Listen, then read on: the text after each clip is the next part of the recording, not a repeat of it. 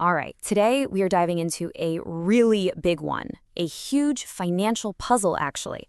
How do you build a retirement income plan that can actually survive, well, whatever the market and life decides to throw it at?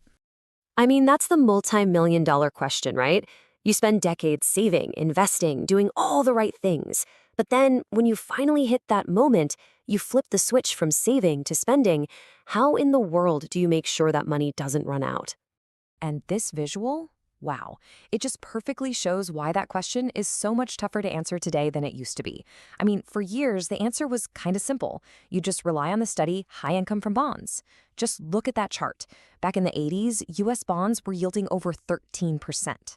That world is, well, it's completely gone. With yields as low as they are now, the old retirement playbook, it just doesn't work anymore. So what happens?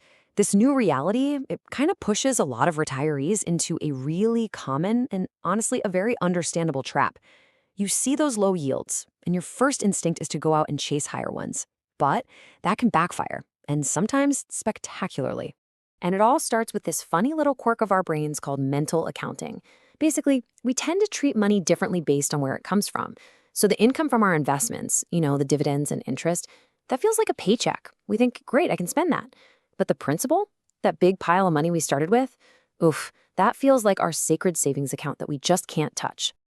And that desire, that feeling of wanting to live off the paycheck without ever dipping into the savings, well, it pushes people to build their portfolios with just one thing in mind: find the absolute highest yield possible.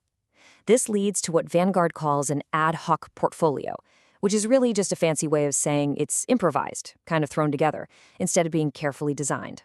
So here's what that actually looks like in practice. You can see it's super concentrated in just a handful of really high-yield areas, things like high-yield corporate bonds and emerging market debt.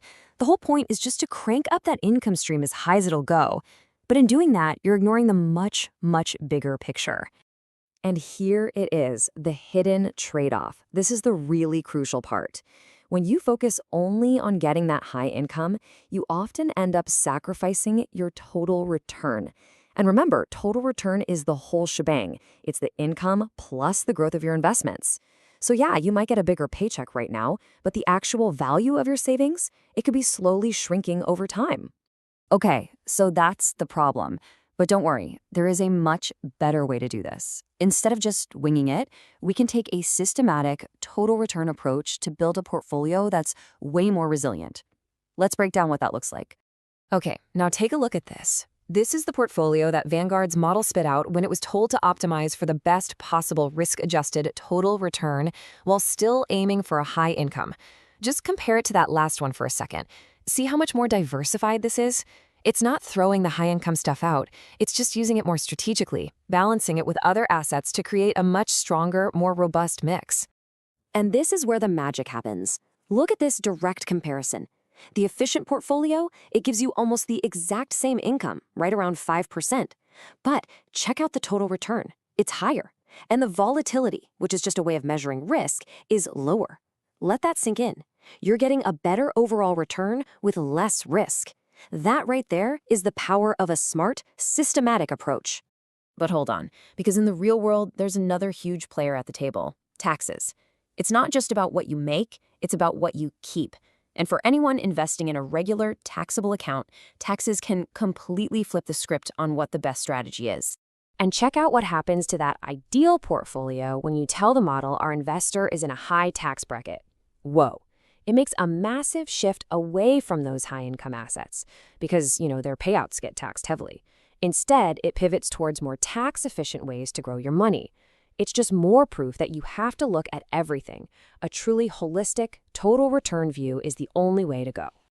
Okay, so a well-built portfolio, that's like the engine of your retirement plan. It's absolutely crucial. But it's not the only thing that matters. There are these other sort of hidden dangers lurking in the shadows that can completely derail even the best, most perfectly designed investment strategy. Let's talk about the first big one. It's called sequence of returns risk. Sounds complicated, right? But it's actually a pretty simple and honestly a kind of scary idea. It just means that it's not only how much your investments return that matters, it's when you get those returns. And that timing is never more important than in those first few years right after you retire. This quote from Schwab really hits the nail on the head. Getting hit with a big market downturn right as you start taking money out of your portfolio is just devastating. And here's why. You're forced to sell off your investments when their prices are in the gutter just to get the cash you need to live. And doing that, well, it can permanently cripple your portfolio's ability to ever bounce back. And this chart, man, it just lays out the brutal math. So in this example, you have two retirees. They have the exact same portfolio, they're withdrawing the exact same amount of money, but their outcomes are completely different. The person who gets hit with a bear market late in retirement, they're totally fine. But the one who gets that same bear market right at the beginning, they ran out of money 12 years earlier. It's the same plan, just absolutely disastrous timing. Okay, so the threats aren't just coming from the market. There's another growing danger, and this one is about people. I'm talking about financial exploitation, things like scams, fraud, or even really uncomfortable pressure from family or caregivers. And the scale of this problem is just staggering. We're not talking about a little bit of money here and there. According to FINRA and the Department of Justice, older investors lose billions with a B of dollars every single year. And the heartbreaking part is, once that money is gone, it is almost impossible to get it back. But there is some good news here. There are some real safeguards in place. Rules from FINRA actually give brokerage firms the power to step in if they think something shady's going on. They can put a temporary hold on a withdrawal, do a little digging, and, this is key, contact not just you, but also a trusted contact person that you've picked out ahead of time. It's a really critical line of defense.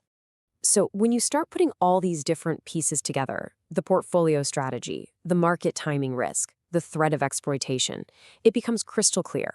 A truly resilient retirement plan, it has to be about so much more than just picking a few funds that have a high yield. A really resilient plan is holistic. It looks at the whole picture. Yeah, it starts with a smart total return investment strategy, but it also has to include a specific plan for dealing with that sequence risk. It needs to have safeguards built in to protect you from fraud, and it's got to include the right legal and estate planning documents so you know your wishes will actually be followed. And this checklist really drives that point home perfectly. Your retirement plan isn't just your investment portfolio. It's your will, it's your powers of attorney, it's your insurance policies, your plan for long-term care. All of these things are connected, and they all have to work together. Which really brings us back to the big final question. It's not just, can my investments generate enough income? The real question is my entire financial life structured to be resilient? Is your plan truly ready for all the unexpected curveballs that life is definitely going to throw your way? It's a huge question, and one that everyone really needs to think about.